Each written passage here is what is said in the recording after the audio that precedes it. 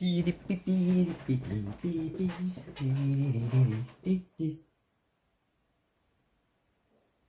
yo, salut, c'est tout, j'espère que vous allez bien. Et oui, aujourd'hui on va se retrouver pour faire un petit test de jeu de cartes. Et oui, et j'adore ce jeu. Donc c'était un jeu c'est un jeu Epic Games de toute façon, ça change pas. Mais vous allez voir de quoi je parle de suite. C'est parti.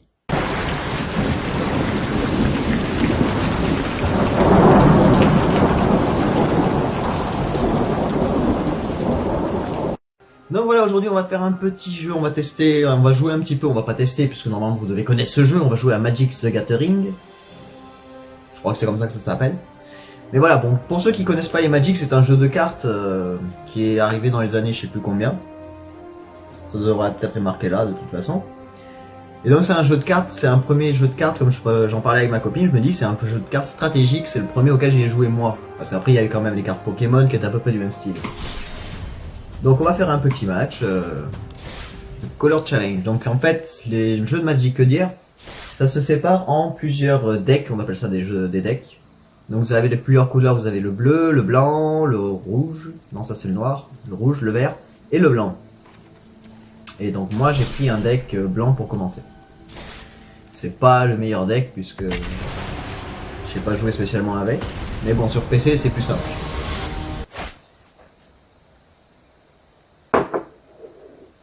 Donc c'est un jeu de cartes tour par tour, donc vous devez toujours jouer un mana en premier, donc c'est les pouvoirs pour pouvoir déposer les cartes ensuite. Et voilà, mais je peux pas jouer puisque j'ai pas de carte qui coûte 1. Donc voilà, vous avez le prix des cartes, c'est au-dessus, donc c'est le nombre de plaines plus le truc secondaire. Alors, il y a beaucoup de mal à expliquer un jeu comme ça. Mais normalement vous devez connaître puisque vous savez y jouer. Enfin, vous y avez déjà joué. Donc ça c'est quoi? Double strike. Double strike. Pas dire créature, les plus de besoin, on va mettre ça pour commencer. Donc oui, malheureusement c'est pas en français la description des cartes, donc je vais pas vous m'amuser à les traduire. J'ai réfléchi juste et je me dis ça doit être ça. Alors, on va changer une plaine, comme ça j'ai 3. Donc ça c'est quoi? C'est une carte qui vole. J'ai évité qu'il y ait The Azlon. Ok. On va mettre ça.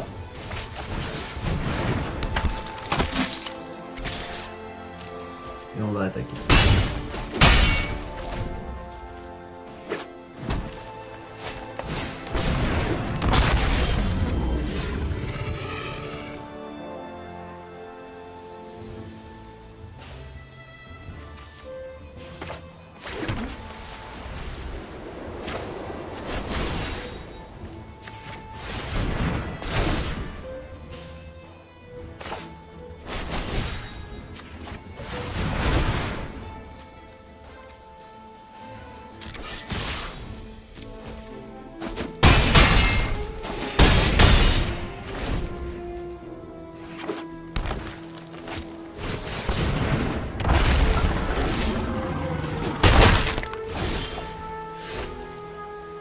Donc après voilà, le tour par tour aussi, c'est que lorsque vous avez activé une carte, donc comme elle est activée là, elle est retournée, vous pouvez pas l'utiliser pour vous protéger s'il y a des attaques secondaires de l'adversaire. Donc chose que je ne fais pas trop parce que je réfléchis pas des masses. Et donc plus 4, plus 4. On va prendre que 1. On va prendre les deux pour attaquer. Parce qu'après ils peuvent me protéger. Voilà. Donc, point de vie, les points de vie c'est là, et les points d'attaque c'est là de la carte. Il va falloir que je me débrouille pour tuer les créatures les plus puissantes.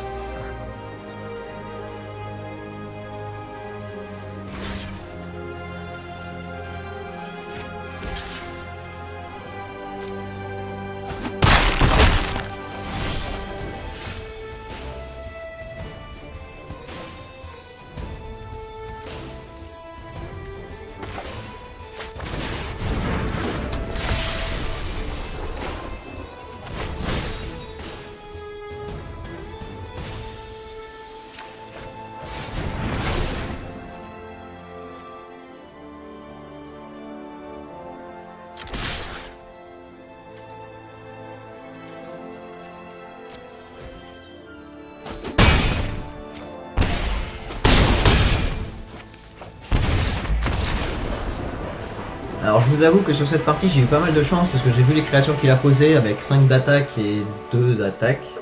Je me suis dit heureusement qu'il a pas pu attaquer à la 5-3. Et j'ai pas très bien joué on va dire, mais je m'en suis sorti avec les cartes que j'avais. Déjà pas mal. Donc là il me propose de créer un deck, sauf que je ne sais plus comment on fait pour créer un deck, donc je ne préfère pas. Alors maintenant on va changer de deck un petit peu pour voir les différences et on va prendre un deck... Un deck rouge parce que c'était ce auquel je jouais le plus avant. Donc on va voir si c'est pareil ou si c'est un petit peu plus compliqué.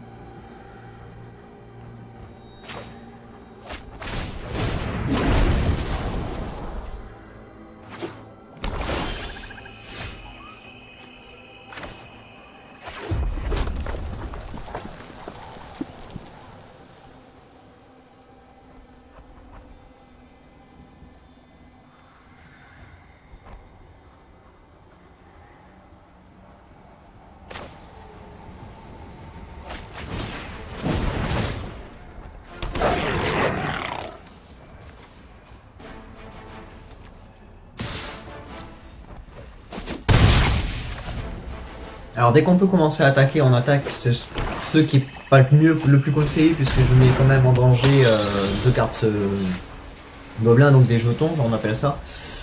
Mais bon, là ça va, j'ai récupéré mes cartes et donc pour la créature qu'il a, je peux m'en sortir, je pense, ou mourir très vite. Toujours poser un mana d'abord.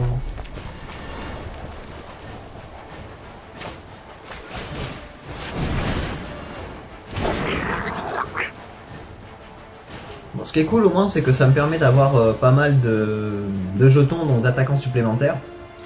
Et c'est pas plus mal. On va attaquer avec ces deux-là parce qu'elle est quand même puissante.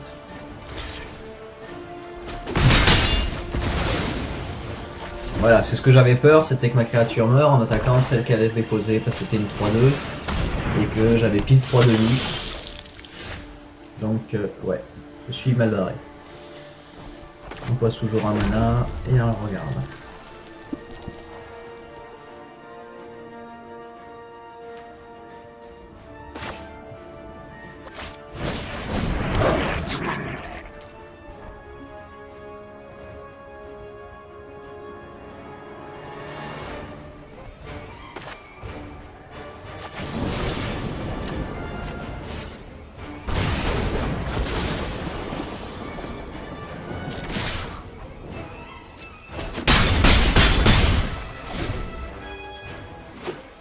Bon, là niveau créature, je me dis que je peux m'en sortir, j'en ai 5, j'en ai 9 en tout, donc je me dis que je peux m'en sortir avec 9 créatures dans le jeu.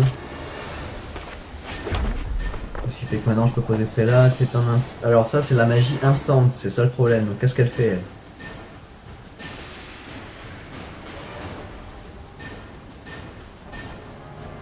Donc elle fait 6 de dégâts à n'importe quelle cible, donc on va plutôt cibler cette créature puisqu'elle est puissante.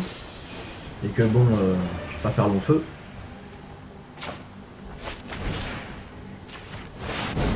Comme il a 6 points de vie, je le détruis. Ce qui m'arrange, et comme ça je peux faire perdre 9 points de vie automatiquement à l'autre adversaire.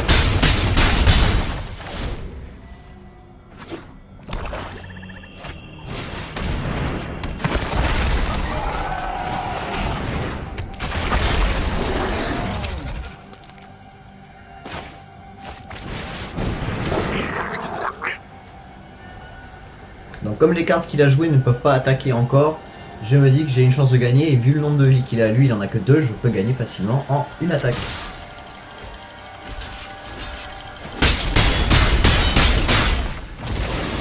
J'ai eu peur mais j'ai réussi.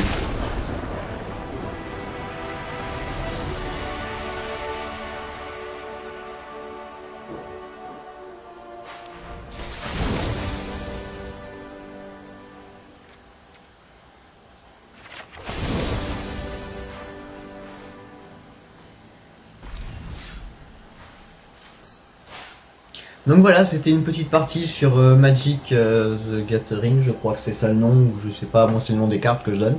Donc voilà, j'espère que ça vous a plu. En tout cas, donc c'est le petit let's play du jour. Comme j'avais pas envie de jouer à Heart of Darkness, mais ne vous inquiétez pas, je continuerai à faire les épisodes. Voilà, je voulais faire un petit jeu avant, entre temps, et après je reprendrai peut-être plus tard pour faire l'avancée de Heart of Darkness et peut-être finir ce jeu sans rager. C'est moins sûr. Bon voilà, en tout cas, j'espère que ça vous a plu. Je vous fais un gros bisou, un gros peace et je vous dis à la prochaine. Tchou!